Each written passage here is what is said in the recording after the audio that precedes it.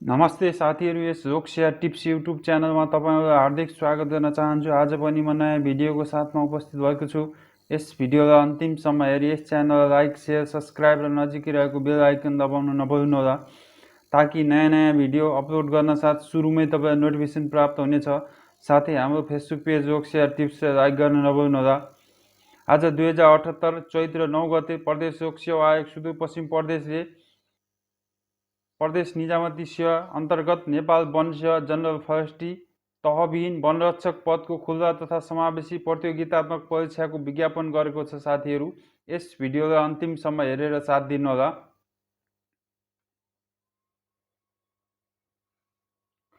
खुल्ला तथा समावेशी प्रतियोगितात्मक लिखित परीक्षाको विज्ञापन रहेको छ। साथीहरू, उद्योग पर्यटन वन तथा वातावरण मन्त्रालय सुदूरपश्चिम प्रदेश धनगढी कैलालीको पसर नम्बर 2078-79 चन 745 मिति 2078 फागुन 30 को पत्रबाट माग भए बमोजिम प्रदेश निजामती सेवा अन्तर्गत नेपाल वन सेवा जनरल फरेस्ट्री समूह तहविहीन वनरक्षक पदको प्रचलित कानुन बमोजिम खुल्ला तथा समावेशी प्रतियोगितात्मक परीक्षाद्वारा पदपूर्ति गर्नुपर्ने भएकोले देहाय बमोजिमको योग्यता पुगेका उम्मेदवारबाट दरखास्त आह्वान गरिन्छ। तोकिएको न्यूनतम योग्यता पुगेका उम्मेदवारहरूले आयोगको विद्युतीय दरखास्त प्रणाली https://ppsc.online.sudoerpashchim.gov.np मार्फत दरखास्त दिनुपर्नेछ। साथीहरू, विज्ञापित पदहरूमा शारीरिक तन्दुरुस्ती परीक्षामा उत्तीर्ण भएका उम्मेदवार मात्र लिखित परीक्षामा सहभागी हुन पाउनेछन्। शारीरिक तन्दुरुस्ती परीक्षाको कार्यतालिका परीक्षा केन्द्र दरखास्त दिने उम्मेदवारले दरखास्त स्वीकृत भएको अन्तिम नामावली प्रकाशन गर्ने सूचनामा आयोगको वेबसाइटमा मार्फत प्रकाशित गरिनेछ। त्यसैगरी 1 मा रहेको छ। साथीहरू, वनरक्षक नेपाल वन जनरल फरेस्ट्री खुल्लामा 92 जना रहेको छ। साथीहरू, त्यसैगरी महिलामा 25 जना, त्यसैगरी आदिवासी जनजातिमा 20 जना, त्यसैगरी मधेसीमा 16 जना, त्यसैगरी दलितमा 7 जना, त्यसैगरी अपाङ्गमा 4 जना र पिछडिएको क्षेत्रमा 3 जना गरी जम्मा 167 जना रहेको छ। साथीहरू, वनरक्षकमा। त्यसैगरी परीक्षाको किसिम शारीरिक तन्दुरुस्ती परीक्षा लिखित र अन्तर्वार्ता हुन्छ। साथीहरू, लिखित परीक्षा कार्यक्रम शारीरिक तन्दुरुस्ती परीक्षणको नतिजा प्रकाशन पश्चात प्रकाशन गरिनेछ। त्यसैगरी परीक्षाको माध्यम भाषा नेपाली वा अङ्ग्रेजी अथवा नेपाली अङ्ग्रेजी दुवै हुन सक्नेछ। दरखास्तको माध्यम विज्ञापित सबै पदहरू अनलाइन दरखास्त प्रणाली मार्फत दरखास्त बुझाउनु पर्नेछ।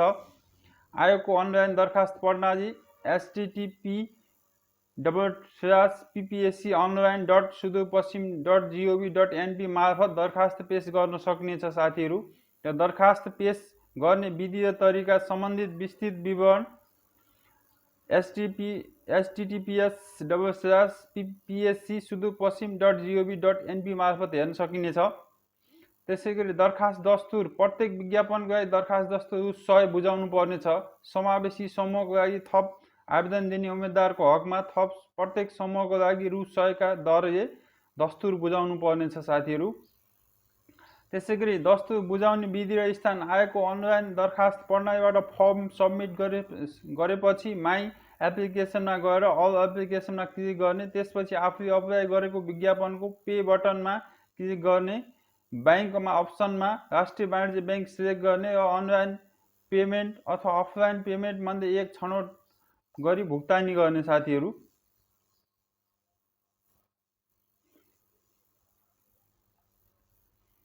यो चाहिँ दरखास्त चाहिँ राष्ट्रिय वाणिज्य ब्याङ्कमा अथवा कनेक्ट आइपिएसबाट पनि बुझाउन सकिन्छ है, दुईटा माध्यमबाट। अनलाइन पेमेन्ट कनेक्ट आइपिएसबाट दरखास्त दस्तुर भुक्तानी गर्न अनलाइन पेमेन्टमा सिलेक्ट गरी नेक्स्टमा क्लिक गर्ने, त्यसपछि कनेक्ट आइपिएस लगइन गरी तोकिएको रकम बुझाउनु पर्नेछ। साथीहरू, त्यसरी बैंक भौचरबाट दरखास्त दस्तुर भुक्तानी गर्न अफलाइन पेमेन्ट सिलेक्ट गरी नेक्स्टमा क्लिक गर्ने, त्यसपछि भौचर जेनेरेटमा क्लिक गर्ने, त्यसपछि भौचर प्रिन्ट गरेर सोही भौचर सहित सम्बन्धित ब्याङ्कमा गएर तोकिएको रकम बुझाउनु पर्नेछ। साथीहरू, सम्बन्धित ब्याङ्क भन्नाले राष्ट्रिय वाणिज्य ब्याङ्क। त्यसै गरी नोट कनेक्ट आइपिएसको डाइरेक्ट युआरएल www.connectips.com मा रकम भुक्तानी तथा ब्याङ्कको भाउचर प्रयोग गरी भुक्तानी गरेको रकम मान्य हुने छैन। दरखास्त दस्तुर बुझाउने अवधि अनलाइन दरखास्त माध्यमबाट दरखास्त पेश गरेपछि उम्मेदवारले प्राप्त गरेको मास्टर आइडी र कारोबार सङ्केत नम्बर उल्लेख गरी भाउचर सहित 0मा दब्ब दस्तुर तिरी दरखास्त दिन पाउने अन्तिम मितिको भोलिपल्ट कार्यालय समयभित्र उक्त दिन सार्वजनिक बिदा पर्न गएमा सो पछि कार्यालय खुलेको पहिलो दिन तोकिएको परीक्षा दस्तुर दब्ब दस्तुर अनिवार्य रूपमा बुझाउनु पर्नेछ साथीहरू। त्यसैगरी अपलोड गर्नुपर्ने कागजातहरू विद्युतीय दरखास्त पेश गर्ने उम्मेदवारले माग गरिएको अनुसार सम्पूर्ण विवरण भरी शैक्षिक योग्यता समावेशी समूह खोज्ने कागजात लगायत सम्बन्धित विज्ञापनमा तोकिएको कागजात अनलाइन दरखास्त प्रणालीको माध्यम तोकिएको स्थानमा पीडीएफ फर्मेटमा अपलोड गर्नुपर्ने छ र सबै उम्मेदवारले आफ्नो नागरिकताको प्रमाणपत्र अगाडि र पछाडिको भाग हालसालै खिचेको फोटोको साइजको फोटो पासपोर्ट साइजको फोटो हस्ताक्षर जेपीजी फर्मेटमा तोकिएको स्थानमा अपलोड गर्नुपर्नेछ साथीहरू। उम्मेदवारले विद्युतीय दरखास्त फारम भर्दा व्यक्तिगत विवरण शुद्धसँग भरी विवरण दुरुस्त भएको आफैले सुनिश्चित गर्नुपर्नेछ। विवरण भर्दा अनिवार्य रूपमा उम्मेदवारले आफ्नो मोबाइल नम्बर इमेल ठेगाना उल्लेख गर्नुपर्नेछ साथीहरू। मोबाइल नम्बर र इमेल चाहिँ सही हान्नु होला साथीहरू। जस्तो फर्म भरेको फर्म स्वीकृत भएको तपाईँको प्रवेश पत्र निकाल्दाखेरि सबै म्यासेजमा आउँछ साथीहरू इमेल अथवा मोबाइल नम्बरमा। साथै दरखास्तमा उल्लेख गरेको विवरणको सम्बन्धमा उम्मेदवार स्वयं पूर्ण जवाबदेही हुनुपर्नेछ। त्यसैगरी दरखास्त दिने अन्तिम मिति 2078 चैत्र 29 गतेसम्म दब्ब दस्तुर 2079 साल 1 महिना 6 गतेसम्म। त्यसैगरी उम्मेदवारको उमेरको हक पुरुषको उम्मेदवारको हकमा 2078 चैत्र 29 गतेसम्म 18 वर्ष पुरा भई 35 वर्ष ननागेको र महिला र अपाङ्गको हकमा चाहिँ 40 वर्ष ननागेको। त्यसैगरी अन्तर्वार्ता परीक्षा कार्यक्रम अन्तर्वार्ता हुने मिति लिखित परीक्षा नतिजा प्रकाशित हुँदा सूचना गरिनेछ। पदमा गर्नुपर्ने काम सेवा समूह सम्बन्धी प्रदेश सरकारले तोके बमोजिम। त्यसैगरी आवश्यक न्यूनतम शैक्षिक योग्यता 1 मा वन सेवा जनरल फरेस्ट्री समूह वनरक्षक पद मान्यता प्राप्त शिक्षण संस्थाबाट न्यूनतम 8 कक्षा उत्तीर्ण गरी शारीरिक तन्दुरुस्ती भएको। त्यसैगरी 2 मा शारीरिक तन्दुरुस्ती परीक्षाको योजना शारीरिक परीक्षामा तोकिएको देहाय मापदण्ड पुग्ने उम्मेदवारले मात्र दरखास्त भर्न सक्नेछन्। तोकिएको मापदण्ड अनुसार नभएका उम्मेदवार स्वयं जवाबदेही हुनुपर्नेछ। शारीरिक परीक्षण उचाइ पुरुषको हकमा 5 फिट 2 इन्च त्यसैगरी महिलाको हकमा 5 फिट। त्यसैगरी छाती पुरुषको हकमा 31 नफुलाउँदा फुलाउँदाखेरि 33 हुनुपर्नेछ। त्यसैगरी महिलाको हकमा यो लागू हुने छैन।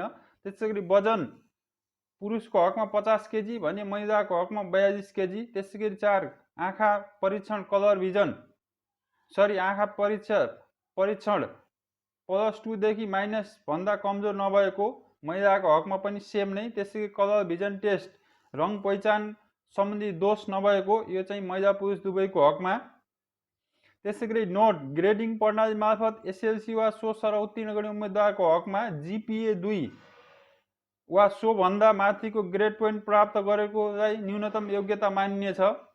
जीपीए 2 याको हुनुपर्छ साथी एसई छ भने। त्यसैगरी खुला तथा समावेशी परीक्षाको लागि विशेष सूचना भनेको छ साथीहरू। खुला र समावेशीको लिखित परीक्षा एकै सिटिङ एकै मिति एकै समयमा हुनेछ। प्रत्येक सेवा समूह र खुला तथा समावेशी समूहको लागि छुट्टा छुट्टै परीक्षा दिनुपर्नेछ। लिखित परीक्षामा छनौट भएका उम्मेदवारहरूको नतिजा वर्णानुक्रम आधारमा प्रकाशन गर्नेछ। समावेशी समूहतर्फ लिखित परीक्षामा छनौट भएका उम्मेदवारले समावेशी समूहको प्राथमिकताकरण रोज्न पाउने छैनन्। उम्मेदवारको दरखास्त फारममा उल्लेख गरेको समावेशी समूहको आधारमा आएको प्रचलित व्यवस्था अनुसार उम्मेदवारको समावेशी समूह कायम गरिनेछ साथीहरू।